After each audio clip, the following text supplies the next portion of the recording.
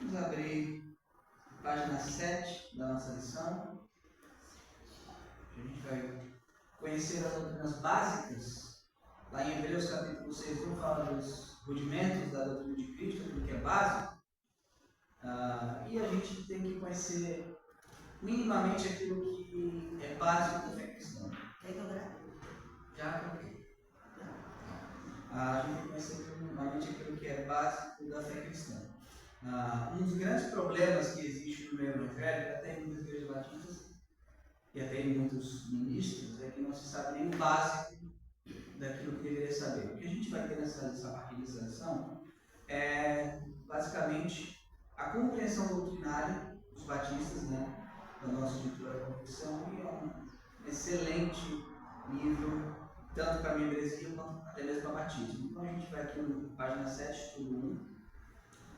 E ali no Salmo 51, vamos abrir. Salmo 51. Hoje a lição é sobre o pecado, o estudo do pecado. Um dos grandes problemas dos crentes não compreendem a salvação, não compreendem o pecado. Salmo 51, 1 diz o seguinte: Tem misericórdia de mim, ó Deus, segundo a tua benignidade apaga as minhas transgressões, segundo a multidão das tuas misericórdias. Para a gente louvar a misericórdia do Senhor, devemos também entender do que Ele nos livra, por que precisamos de misericórdia. Então, vamos começar o nosso estudo, vou começar a leitura e a gente vai pontuando os pontos mais importantes. Pecado é um assunto que tem sido motivo de pilheiras, piadas e indiferença e ignorância. Satanás tem feito o máximo para que as pessoas não levem a sério. E ali no último parágrafo, considera o pecado apenas um ato publicamente condenável, como matar, violentar, oprimir, e desconhece a causa e o seu verdadeiro significado. O que a gente escuta, pecado é matar, pecado é roubar, pecado é trair, alguns nem acham que é pecado mais. Uma compreensão errônea do que é pecado. As pessoas acham que não estão em pecado porque tem uma compreensão errônea do que é o pecado. Só que a palavra de Deus ela vai falar muito sobre o pecado. Primeiro, o aparecimento do pecado. Vamos abrir lá em Eclesiastes 7, 29, para a gente deixar uma coisa muito clara sobre o aparecimento do pecado. Eclesiastes 7, 29. Deixa eu abrir aqui também. Quem achar pode ler o texto?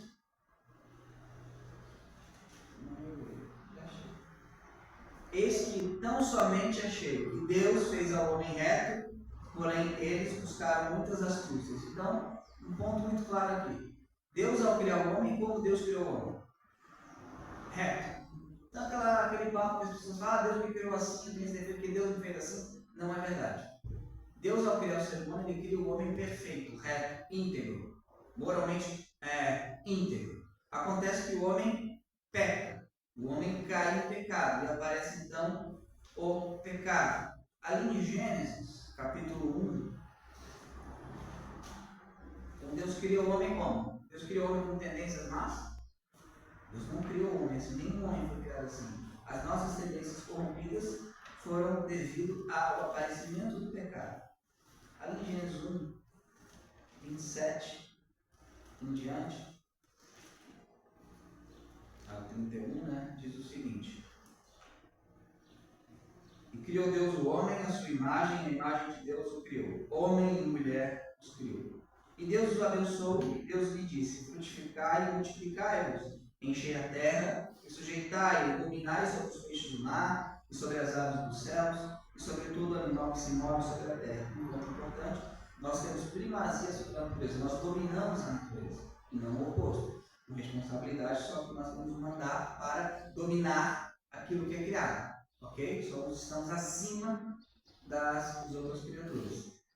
E disse Deus: Eis que vos tenho dado toda a erva que dê semente, que está sobre a face de toda a terra, e toda a árvore em que há fruto que dê semente, servos-á para mantimento. E a todo animal da terra, e a toda ave dos céus, e a todo réptil da terra, em que há alma vivente, toda a erva verde será para mantimento, e assim foi. E viu Deus tudo tinha feito, e esse era o quê? Muito bom. Todos os outros dias ele viu que era bom. Quando Deus cria o ser humano, ele viu que era muito bom. Né? Então, embora alguns pregadores falam que a cruz mostra como não tínhamos valor, na verdade é o oposto. A cruz mostra o nosso estado desesperador, mas sim que nós tínhamos um valor muito grande para Deus. Porque quando Ele nos criou, Deus falou que era muito bom. Então o ser humano foi criado de maneira muito boa. Só que acontece algo lá em Gênesis capítulo 3. Né? A palavra de Deus ensina que a princípio não havia pecado e que o ser humano vivia em comunhão com Deus. Deus colocou o primeiro casal como ponto alto da sua criação para administrá-la e dela obter o seu sustento, alegrando-se com o que Deus fizera. Satanás, inimigo de Deus, não se conformou com tanta paz e felicidade, tentou os seres humanos para a desobediência a Deus e eles cederam à tentação. Desobedecendo a Deus, perderam a comunhão e intimamente já estavam separados e distantes dele. Aí em Gênesis 3 vai narrar sobre a serpente, né? E, ora, a serpente era mais astuta que todos os animais do campo que o Senhor Deus tinha feito. E esta disse à mulher: é assim que Deus disse? Não comereis de toda a árvore do jardim? Toda vez que você vê alguém falar, mas é assim que Deus disse? Mas a Bíblia é realmente a palavra de Deus? Isso é a voz da serpente, desde o Éden. Desde o Éden, a serpente diz: mas foi assim mesmo que Deus falou. Foi assim que ele disse, e aí distorce, né? Aí a serpente distorce, só que olha só. Eles comem do fruto proibido. E veja o verso 9 e 10. E chamou o Senhor Deus a Adão. Ele disse: onde estás? E ele disse: ouvi a tua voz soar no jardim. E temi, porque estava nu e escondi-me. Isso é morte, separação. Antes mesmo de Deus pronunciar as sentenças, o homem já tinha morrido separado de Deus. E ele ficou longe de Deus e perdeu a sua comunhão. Então, como é que o pecado apareceu? O pecado aparece no ato livre de desobediência do primeiro casal. Um ato livre de desobediência. Esse ato faz com que o ser humano fuja de Deus. Tente resolver os seus problemas com sua própria força. O que eles fazem? Vê que estava nu e ele faz para ele folhas de figueira. Ele costura folhas de figueira. Só que ele sabia que isso não era suficiente, isso continua escondido. O ser humano, desde então até hoje, como mostra esse pecado, ele continua cosendo para si, costurando para si folhas de figueira, inventando religiões, inventando doutrinas, inventando boas obras, mas se afastando de Deus, não querendo se aproximar de Deus. Porque Deus vai mostrar que ele está nu, precisa ser coberto pela justiça de Cristo. Então a gente vê aqui um padrão para todo homem depois disso. Todo homem depois disso. Deus cobrou o ser humano seu erro, o qual não estava em comer dessa daquela árvore. Qual é o erro? Sim, desobedecer a ordem de Deus. O erro, né? A fruta em si, os debates, qual fruta é? A boa parte da tradição judaica fala que era um figo. Por quê? Porque o que eles cozeram? Folhas de figueira, figueiros, de figueira, comprando de figo. Então supõe-se que eles estavam perto de uma figueira e fizeram para si. Que seria ainda pior, porque a fruta é errada, eles vão lá e faz mas isso é uma suposição. O fato é que a Bíblia não colocou o nome do fruto, porque não é importante. Qual é o ato importante aqui? Eles desobedeceram ao Senhor. Eles fizeram isso. Agora, Deus dá uma punição, Deus tira eles do jardim para que não comam a árvore do conhecimento, a árvore da vida eterna. E conhecer bem o mal aqui é se tornar juízo do bem e do mal, tá? O homem queria se tornar o juízo do bem e do mal, como ele está tentando fazer agora, ouvindo a voz da serpente. Aí Deus tira ele, que Deus mal, né? Agora, se eles comessem da árvore da vida eterna, eles ficariam naquele estado para sempre, e não haveria mais redenção. Olha ali o verso 22. Então disse o Senhor Deus: eis que o homem é como um de nós. Aqui entendo que é uma ironia de Deus, né? Sabendo o bem e o mal. Um de nós, Trindade, né? Pai, Filho e Espírito Santo. Ora, para que não estenda a sua mão e tome também da árvore da vida e come e vive eternamente, num estado de condição de separação. O que Deus faz? Lança eles fora. Então aqui é um ato misericordioso de Deus, né? Intimamente já afastado, escondido de Deus, o casal foi expulso da sua presença. também para que a sua condição de separação não se tornasse eterna e irreversível, para que mais tarde pudesse ser salvo. No verso 22 do capítulo 3. Aqui, segundo parágrafo da página 8. A gente sabe que Satanás pecou, não sabemos as circunstâncias lá, e ele não teve perdão e redenção. O fato é que, imagina se o homem come e vive eternamente. Mas vive eternamente como? No estado lastimável de miséria. Então, olha o ato gracioso de Deus aqui. Deus se importando com o ser humano. Se ele comer e viver eternamente assim, viver eternamente num estado irreversível, numa condição irreversível. Então, eu expulso ele para que depois eu possa fazer ele retornar. Então, até que nós observamos, o que vai aparecer lá em Gênesis e em Apocalipse 22? Árvore. Uma árvore no centro da cidade santa, para que a gente coma. Deus está restaurando a história. Se Deus permitisse que nós ficássemos no Éden, nós destruiríamos a criação. O que Deus faz? Vocês não podem mais ter acesso a isso. Vocês não podem mais comer isso para que vocês não vivam eternamente nesse estado.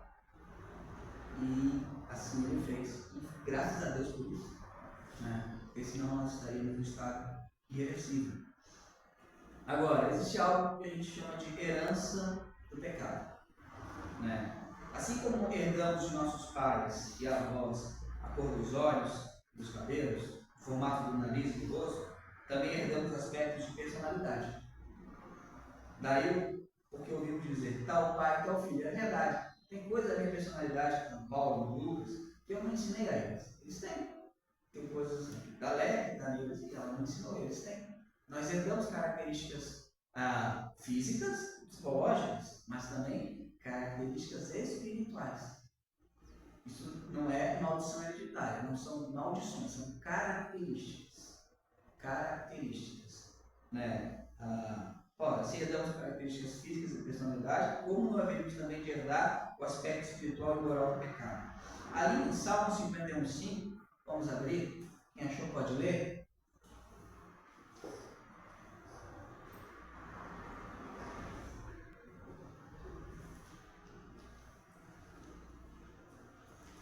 Eis que em iniquidade fui formado, e em pecado me concebeu minha mãe.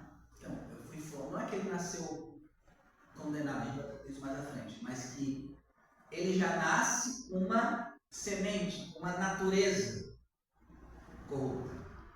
É o que herdamos do primeiro casal. Herdamos uma natureza, uma herança. Ali em Romanos 5,12, vamos abrir. E a gente depois vai se deter um pouco mais em Romanos 5,12. Vamos capítulo 5, versículo 12.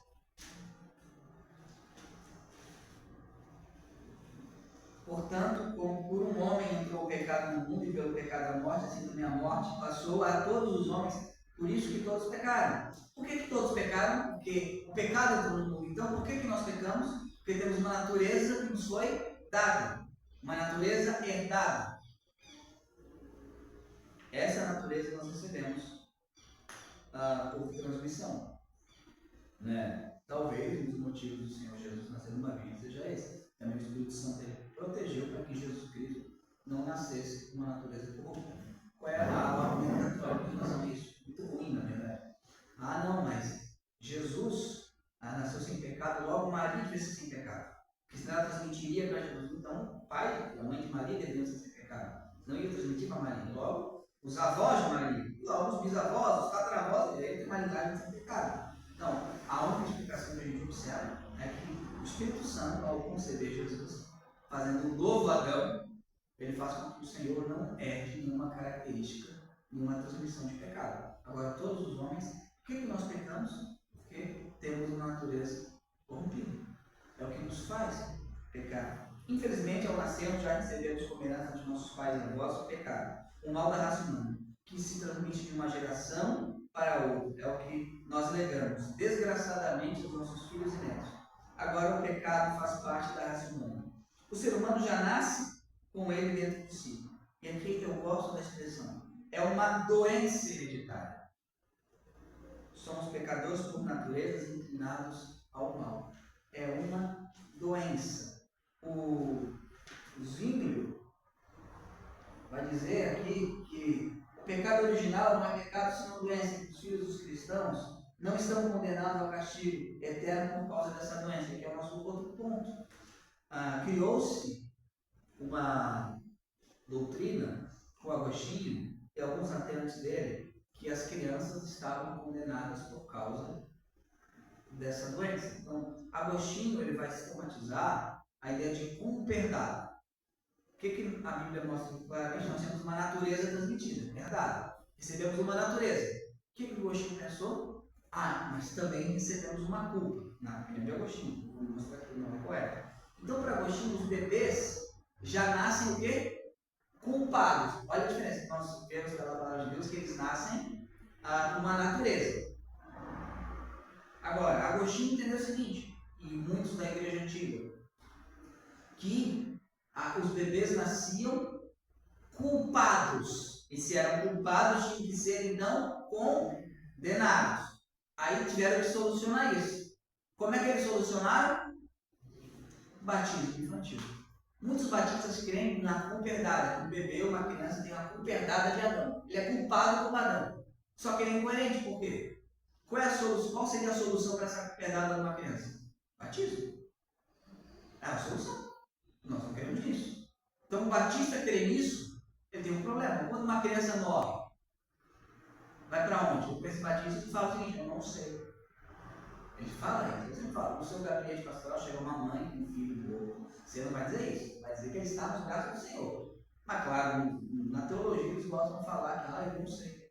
Vão falar: não, mas se for uma criança eleita, será salvo? Assim, claro. Se o filho dele se morrer sempre, será eleito. Né?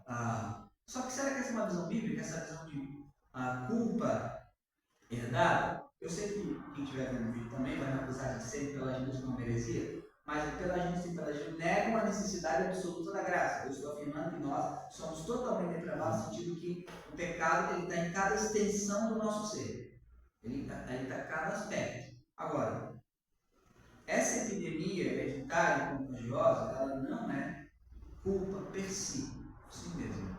Vamos trabalhar um pouco isso. Alguma dúvida até aqui? Não? Mas vocês já ouviram, obviamente, que a criança, muitos Pológio isso, Augusto Nicodemos, que a criança é culpada em Adão. Claro que essa doutrina mais assustadora não é falada nos congressos, não é falada na internet, mas eles creem que a criança é culpada em Adão. E a solução que os presbiterianos também é muito ruim, porque o batismo infantil presbiteriano é para entrar a criança na aliança, na igreja visível. Mas se ela não foi eleita, não serve de nada também. Então, não tem solução nenhuma para isso. Porque não faz sentido. Se nós nascemos pecadores, somos pecadores quando criança, nós vamos ter pecador depois de ser criança? Não tem como. A gente nasce Um pecador. A questão é: nós somos culpados, uma criança de 1 mês de idade é culpada e deve ser condenada? É isso que eles creem. Eles creem que uma criança, e Agostinho crê nisso, a Igreja Católica chama de pecado original, né? Por isso que o que acontece com crianças não batizadas? Vai para o limbo, porque elas têm a culpa nelas. A teologia reformada herda isso e fala que as crianças têm uma culpa herdada. Muitos batistas têm isso também. A nossa declaração não fala, ela fala da natureza transmitida. Aí, no caso, a criança nasce no pecado. Sim. Já nasce no pecado, todo mundo é pecador. A sequência é Cristo. Sim. A criança pode até se enquadrar, não vai, porque ela é inocente, ela não teve entendimento ainda. Mas Jesus não imputa até o perdão até a pessoa ser ignorante. Ela não entendeu até ali. A criança não sabe nada até ali. A partir do momento que ela entende, que ela sabe, daí a condenação. Agora, esse daí é o que a gente pensa de lógico. Mas onde ele tem na Bíblia dizendo que é o tempo da inocência? Da ignorância do ser humano. Não, só não fala. Não, é que a criança não existe. Não, isso aí a gente tem que acreditar. É por isso que eu tô dizendo que pode se enquadrar. É por inferência. Então, aí Isso deve saber onde é que tem. Então a gente vai trabalhar isso agora. A gente vai. Se vocês querem uma idade, não tem. A idade a gente vai trabalhar o conceito. A gente vai trabalhar o conceito. Será que Deus condena crianças incapazes de responder bem ou mal? Vamos ver. Vamos verificar se faz isso.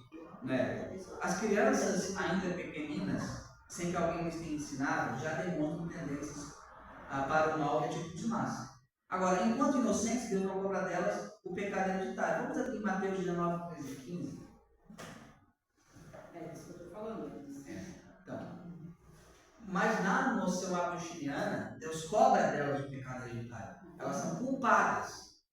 Na noção que eu entendo das Escrituras, isso também é o entendimento da Convenção Batista Brasileira, porque esse é o livreto oficial da denominação, né? Então o Batista que crê diferente está indo contra aquilo que nós entendemos como correto.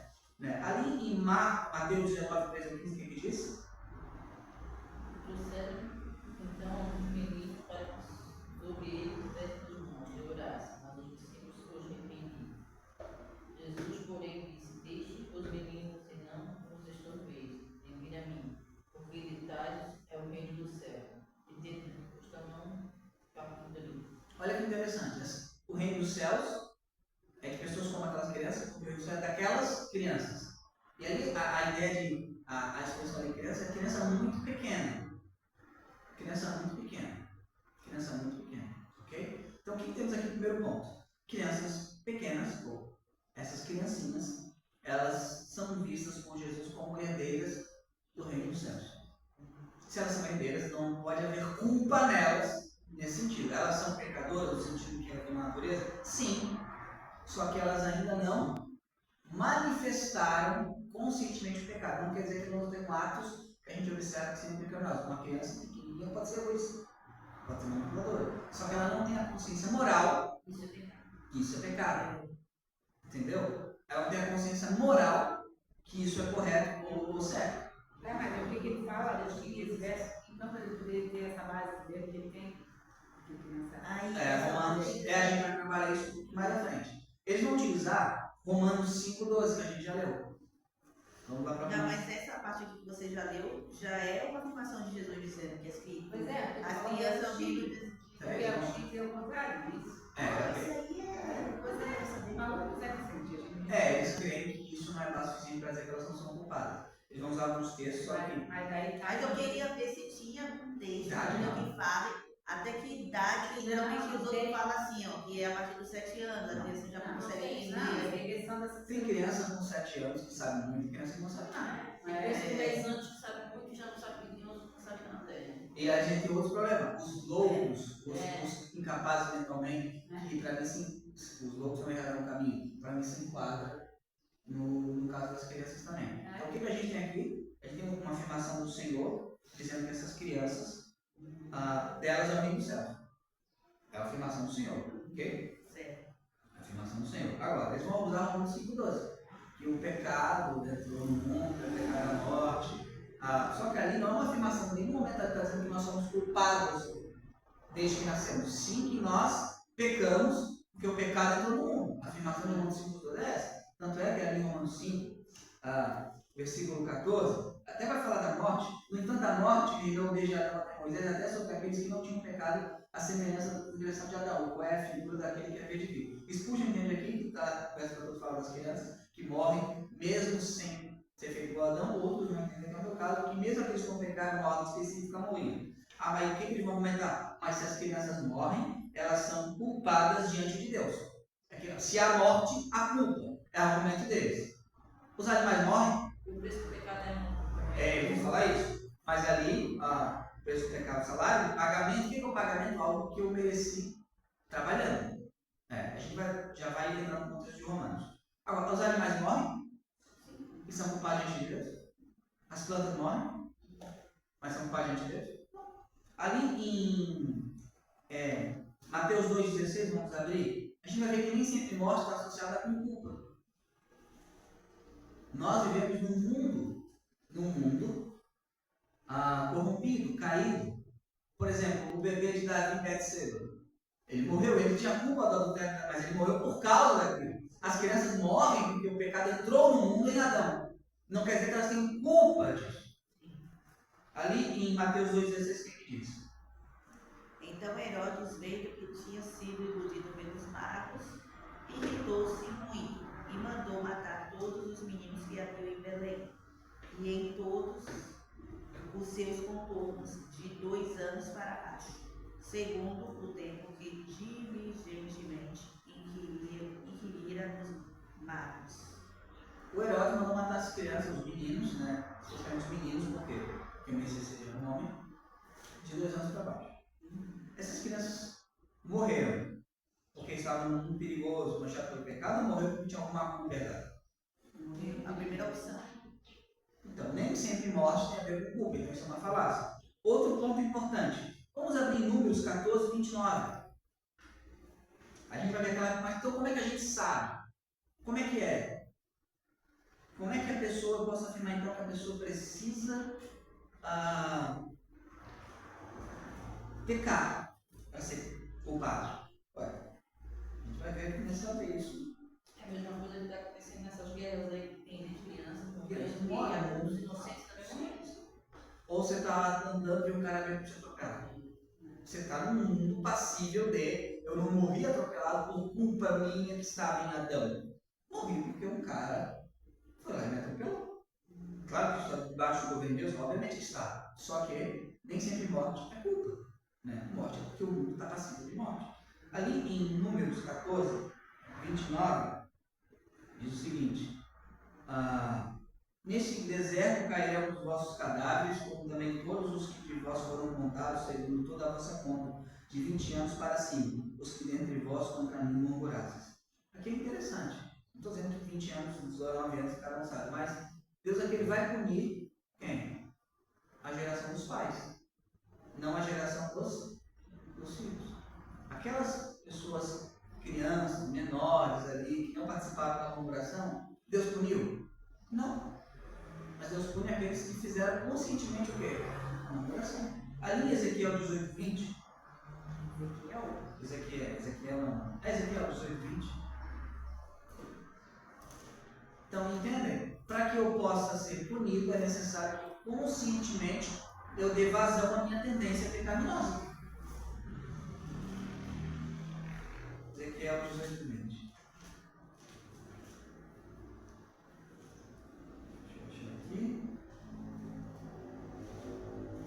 A noção da teologia reformada realmente é que a criança é da culpa. Só que eles não têm explicação. Spurgeon vai dizer que todas as crianças que morrem eram eleitos. Não teria. Embora não mostre das escrituras. Mas as crianças que morrem, se são culpadas, elas não devem ir para o céu. Claro, todas as crianças que morrem vão para o céu vão pela graça de Deus, porque elas têm uma natureza ruim. Só que elas não têm culpa. Eu não posso ser culpado de ter uma doença. Eu tenho doença, claro, a partir do momento que eu manifesto essa doença, com as minhas intenções, tendências, me entendo que é errado, aí eu me torno culpado. Aí eu me identifico com Adão. Assim como é que eu me identifico com Cristo, que é o segundo Adão? Crendo nele. Como é que eu me identifico com o primeiro Adão? Pecando com Adão. Conscientemente. Ali em Ezequiel 18, 20, eu vou ler aqui, diz o seguinte. Vou ler o verso 19 também.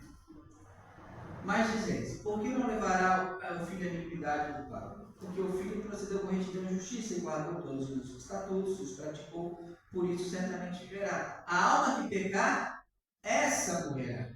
O filho não levará a iniquidade do pai, nem o pai levará a iniquidade do filho. A justiça do justo ficará sobre ele, a iniquidade do ímpio cairá sobre ele. Então, o que Deus está dizendo claramente? Você, para que você seja culpado, você tem que ser responsável pelo seu pecado. É um preceito claro das Escrituras. Você não é culpado pelo que você faz. Adão é meu pai. Eu não sou culpado pelo que Adão fez. Sou culpado pelo que eu faço. Claro, eu tenho uma natureza herdada de Adão, então não é sem pelagianismo. Não estou negando que a queda de Adão trouxe consequências drásticas para a vida na Terra. Houve. Agora, isso é uma posição também que é afirmada por pais da igreja. Por exemplo, João Crisóstomo, no ano 347, fala o seguinte: ele batizava a criança. Nós batizamos as crianças, embora não sejam culpadas de nenhum pecado. João Crisóstomo batizava a criança e falava que as crianças não eram culpadas de nenhum pecado. Então, desde a história cedo, na história da igreja, que é a igreja oriental, entende como nós batistas aqui da convenção entendemos que a criança não é necessariamente culpada. O pecado resulta, segundo o parágrafo ali a extensão e manifestação do pecado, resulta de uma atitude de desobediência e rebeldia diante de Deus. Separa as criaturas dele, assim como aconteceu no Jardim do Éden. Antes de abrir Isaías 59:1, a gente vai voltar para Romanos, porque tem um texto que é muito utilizado para falar, olha que esse, como diria o Iago Martins, né, que o bebê é a coisa mais próxima de um demônio que tem na Terra, né? Vamos usar o texto de Romanos 3:23. Para dizer que não, todo mundo pecou, as crianças pecaram.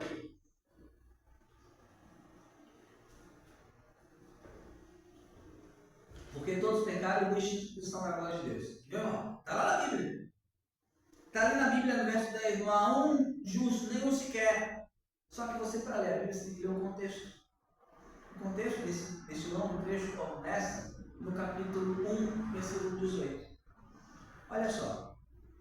Porque do céu se manifesta a ira de Deus sobre toda a impiedade e injustiça dos homens, que detêm a verdade e injustiça. O que os homens fazem? Eles detêm a verdade e injustiça. Eles não se importam com a verdade. Bebês se importam com a verdade ou não gostam da verdade? Não.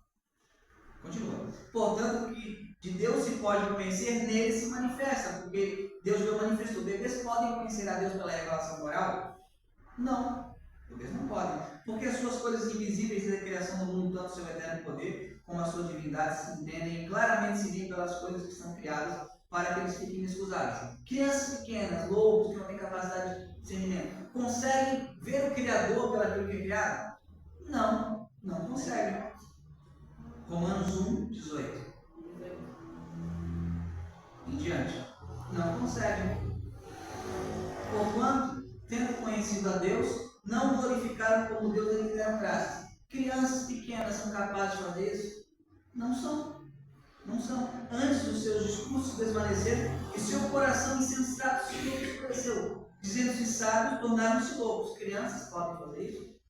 Não. Ele está falando de quem? De gente responsável. E mudar a glória do Deus incorruptível a semelhança de imagem de homens corruptíveis. Crianças promovem culto idólatra?